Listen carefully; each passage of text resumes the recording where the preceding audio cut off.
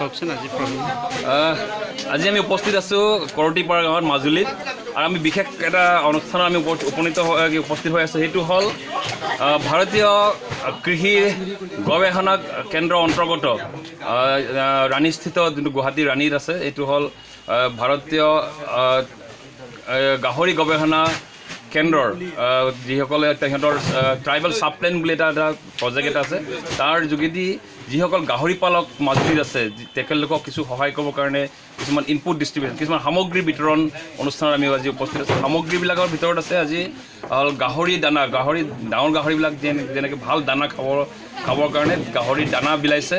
প্ৰত্যেক ঘৰত 50 KG minimum পাবই, কিছুমান বেছিকৈ গাহৰি থকাবিলাকত তাতকৈ বেছিকৈ পাব।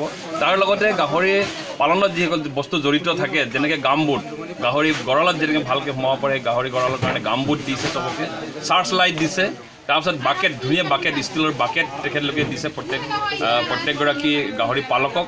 আৰু লগতে মিনাৰেল মিক্সাৰ, যোনটো নেকি ভাল ভিটামিন আৰু মিনাৰেলছ থকা পেকেট তেখেত প্ৰত্যেকগৰাকী পোৱাকৈ দিছে। এইটো হ'ল তেখেতলোকক আমি ধন্যবাদ জনাব লাগে। মাজুলী প্ৰথমবাৰৰ কাৰণে ভাৰতীয় কৃষি গৱেষণা প্ৰতিষ্ঠান, গৱেষণা পৰিষদ তাৰ অন্তৰ্গত যোনটো ৰাণীস্থিত গাহৰি গৱেষণা কেন্দ্ৰত আছে, তাতে ভাৰতীয় গাহৰি গৱেষণা কেন্দ্ৰ, সেইটোৰ যোগেদি তেখেতলোকে দিছে। আৰু বেলেগ আগতেও ধেমাজি জিলাত দিছিলে, যোৱা বছৰ ধেমাজিতে বহুত দিয়া হৈছিল। এই প্ৰজেক্টটোৰ লগত তেখেতৰ মেইন সঞ্চালক, যোনটো নেকি NRC অন পিক ৰাণীত থকা যদি মেইন সঞ্চালক ডক্টৰ BK গুপ্তা ডাঙৰীয়া আছে, আৰু ইয়াৰ মেইন সমন্বয়ক অৰ্থাৎ ডক্টৰ প্ৰণৱজ্যোতি দাস আছে, তেখেত হ'ল প্ৰধান বিজ্ঞানী। আৰু এজন প্ৰধান বিজ্ঞানী আছে আজি উপস্থিত আছে ডক্টৰ নাৰায়ণ মোহন, আৰু তেখেতলোকৰ আৰু এগৰাকী প্ৰশাসনিক বিষয়া আছে, তেখেত হ'ল উত্তম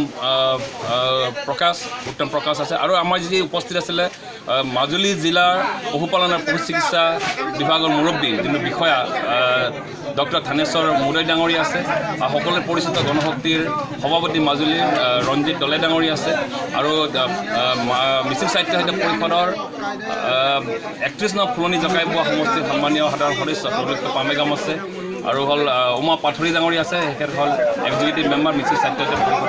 এই গোটেই প্ৰক্ৰিয়াটো মিচিং সাহিত্য পৰিষদৰ লগত কলাবৰেশ্যন কৰি কৰা হৈছে, সহায় কৰিছে মিচিং সাহিত্য পৰিষদ আৰু ভেটেনেৰী ডিপাৰ্টমেণ্ট, পশুপালন আৰু পশু চিকিৎসা বিভাগে এয়া সহায় কৰিছে।